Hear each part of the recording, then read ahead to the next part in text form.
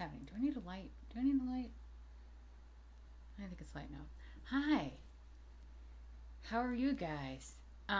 It's been a minute, few weeks. I'm sorry. Like I feel like I'm sitting really, really close. I don't know. Am I sitting too close? I don't know what's going on. You can see my fantastic tan lines right now. Oh, and you can see my scar from my shoulder surgeries too. So this is the right side. This is my bicep tendinosis. This is also a bicep tendinosis on the left side, but this is my shoulder that I had my rotator cuff done on too. So, anyway, coming to you from a very steamy state of Wisconsin. It is 90 degrees and it is 5:37. So it's been really hot the last 2 days. We have been, I would say, pretty fortunate this summer. It hasn't been overly hot here, but relative because I do live 5 blocks off the lake. So it's been hot in other parts of the state. And we did go through a period of a little bit of a mini drought earlier on this summer too. So we did have that going for us. But the last number of weeks, I would say, have been primo. So I've had the windows open, haven't needed to have the AC on, which is why I'm sitting in my office right now. I know we've been through this before. My house was built in 1925. There's no ductwork, and so I have portable air conditioning units that keep the house pretty comfortable. I have one in the office. I just don't have it on, but I have one in the living room, and then I have one in the back bedroom right now, just in case Kitty wants to go in there. But I don't have the one in the office set up yet because I've been primarily working from the living room, and I haven't needed to. So I think I'll probably set that up at some point, maybe next week. I don't know. I start my new job when I come back from vacation, and I'll be in here because I have different monitors in here and stuff. Yeah, so I don't know. Maybe if it's hot, it's going in. Anyway, so it's loud. That was my point, as Jamie French would say. Long story long, it's loud in my living room, dining room area because of the AC units. So I did not want to attempt to sit out there and vlog. And hi, Kitty. Hi, baby. Kitty is making his way, or he's attempting to make his way. What is on my MacBook screen? What is this? Oh, good. It's just like something.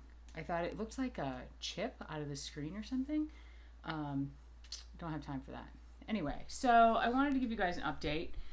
I think I said in my last vlog, oh, please, Kitty, don't do this, that I got a new job. And so I will be working on the front end of the house now versus the back end. I'll still be client facing, just in a little bit different way. And I'm really looking forward to it. There's Kitty. Say hi. Oh, honey. Oh, no. Don't. Mommy's vlogging. Anyway, just call me Chantel. Goody.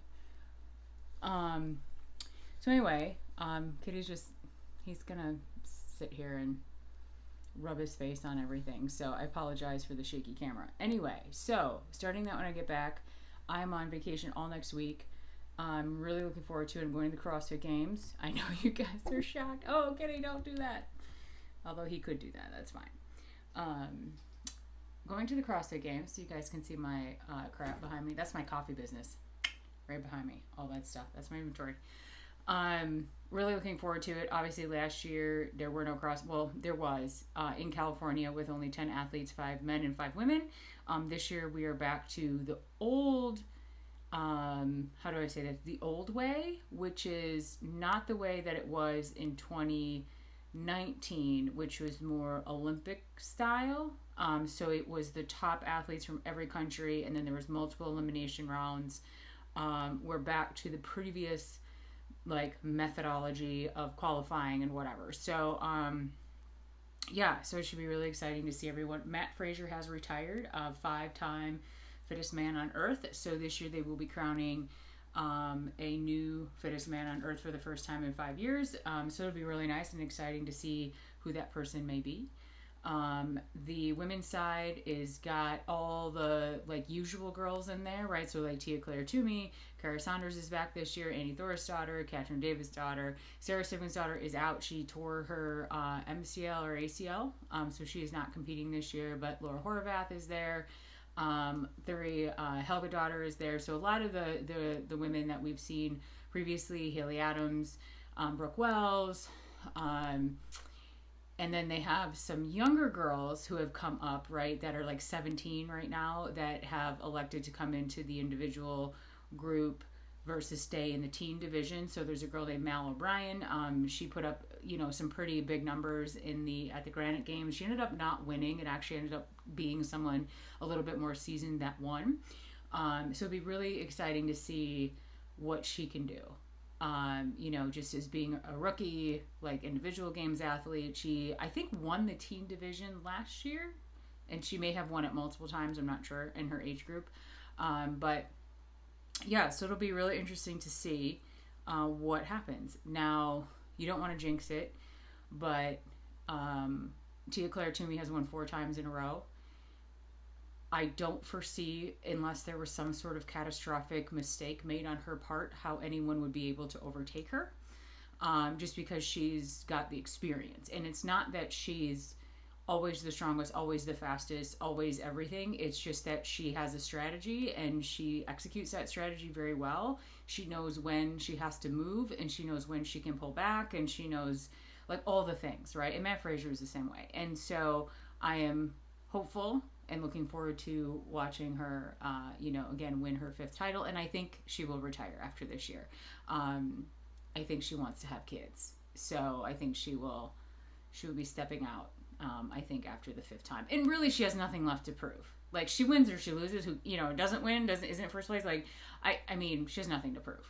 I mean, she's done this 4 times. And she's taken second twice. So she really has nothing to prove to anyone at this point. But it'd be nice to see her do number 5 and then, and then be able to kind of close it off, right? And then move on to the next, and then she will be on the bobsled team for Australia next year at the Olympics in Beijing. So she's got that looking forward, to look forward to too. So, and that's what she did in her off season, as she practiced being a bobsledder, learned how to be a bobsledder. So anyway, we're going to Madison on Monday. Kitty's coming with. We're going to stay in a hotel for an entire week. Should be fun. It's going to be hot as shit.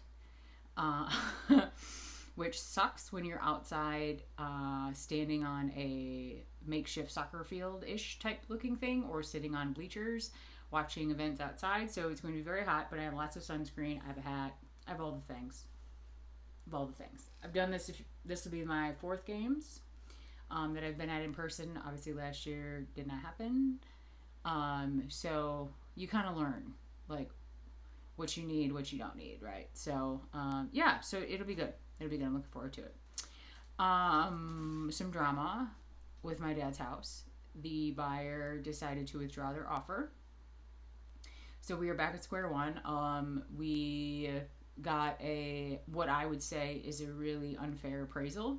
I think everyone involved would say that was very unfair. I found out that the person doing the appraisal on my dad's house also did 7 appraisals for my realtor last year, and 6 to 7 times she came in well below what the market, kind of was driving. And so with my dad's house, there's no pipe dream, right? Like I'm not pretending anything. Like the house needs work, right? Like we know that the foundation needs to be repaired. The house needs to be updated. But the appraisal came in $40,000 below, actually $50,000 below what the person offered. It came in $30,000 below what it was listed at. Was it 50? Yeah, no, 40,000. I was right the first time. 40,000 below what the offer was, 30,000 below what it was listed at, and $20,000 below what the city assesses the value at for property taxes. So you can tell that something smells kind of funky with that. And so, yeah, so my realtor, when she saw that it was this person was going to be doing the appraisal, she was a bit nervous. But even after it came back, like she said, listen, she's like, I think this is bullshit. The buyer even thinks it's bullshit. His realtor thinks it's bullshit. And I was like, well, I think it's bullshit too, because that you don't put every speck of dust that you find in a house on an appraisal and then devalue the house down from there. And so we're hopeful that one of two things happens. One is that we're able to get another buyer that is using a different lender and hopefully a different appraiser. I did find out that some lenders all use similar appraisers, or we get someone who is willing to make a cash offer. So that's where we are. We had a showing. The house just went back on the market on Thursday. We had a showing on Thursday. We have one tomorrow, and then we have one on Tuesday. So I'm hopeful, and it's one of those things, right? Like, if you've ever been through it, there's nothing you can do about it. There's nothing. There's nothing I can do about it. There's nothing that my realtor can do about it. There's nothing that anybody can do about it. And it's just, we're just going to have to wait until the right person comes along. And, you know, hopefully that's sooner rather than later. Just because the house is in probate. I have till March to close the estate. It's August, effectively, almost.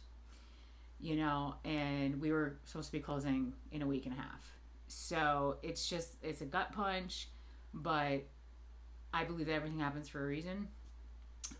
So I am hopeful that this just means that there is a different person who this house is supposed to belong to, and they are gonna, you know, do whatever they're gonna do to it. And I would never want someone to buy the house if they were not 100% on board with like what needs to be fixed and like what they would be investing in this house. Like, I'll tell you right now, if I had $100,000, you know, I would buy the house and I would gut it out and I would rent it, or I would flip it, you know, and probably flip it for 160, 180,000 in a year. But I don't. My money's tied up in my own house, right? You know, and it's just, yeah. So it is a gut punch, but I think my mom was more annoyed than I was. Like, she's like, well, that sucks. Like, you know, but I think she's annoyed for me because, again, we were so close to the finish line. And I was basically planning on having everything paid, like my dad's bills, and closing the estate by September, like filing the papers and having everything finished. And so now we're back to the drawing board, but that's okay. That's okay. It just means there is a better person or a different person. I don't think there's anything wrong with the buyer. Like, I don't think, I understand why he got nervous, because like the appraiser put stuff in her report that you don't typically see in conventional mortgages, because the rules around conventional mortgages are vastly different than, say, if you have a VA loan or a first-time home buyer loan. A lot of those lenders are really fussy and they don't want to loan you a bunch of money and, you know, whatever. But she did put some stuff in there that was like, that really scared the buyer, that it's factually inaccurate. And unfortunately, I'm not entirely sure what my rights are as a seller. You know, in terms of like, can I report this person? Like, how could she say these things without having certain things done in the house? Like, you wouldn't know. So like, one of the things she put on there was, oh, there's mold in the basement. Well, there's never been a mold test in this house. Like, you wouldn't know that unless you actually had it tested. And there's a difference between mildew from moisture and mold, right? You know, and so, and I'm not saying that it doesn't have it, but it's easily rectified, you know, like whatever, blah. So anyway, so we are back to square one. But I am 1,000% confident in my realtor, and the rest is up to God, right? Like, you gotta let it go, because there's nothing we can do about it. And, you know, I think my mom was really counting on it too, because, you know, we did the math, right? In terms of like what was owed, okay? What would be left over, and like what that would mean for my brothers, you know, and myself, right? Frankly. And I've always said, right, and I do believe, you know, I still feel this way, right? You know, and I've never wavered on it, is that none of us are in this to make money. But I think that my mom, like, I think she really, really wants there to be something substantial and significant coming out of this for us, because, like I said, my dad never made a lot of money, and he wasn't able to like spoil us and do all this stuff. And I think she's hoping that there's gonna be, you know, this will be there. And I think there will be obviously something, It may just not end up being what we initially thought based on, the offer that this, seller was making, but it doesn't matter, right? Like, so it's just, kind of just, like I said, going back to square one, but everything's going to be fine. Let's see.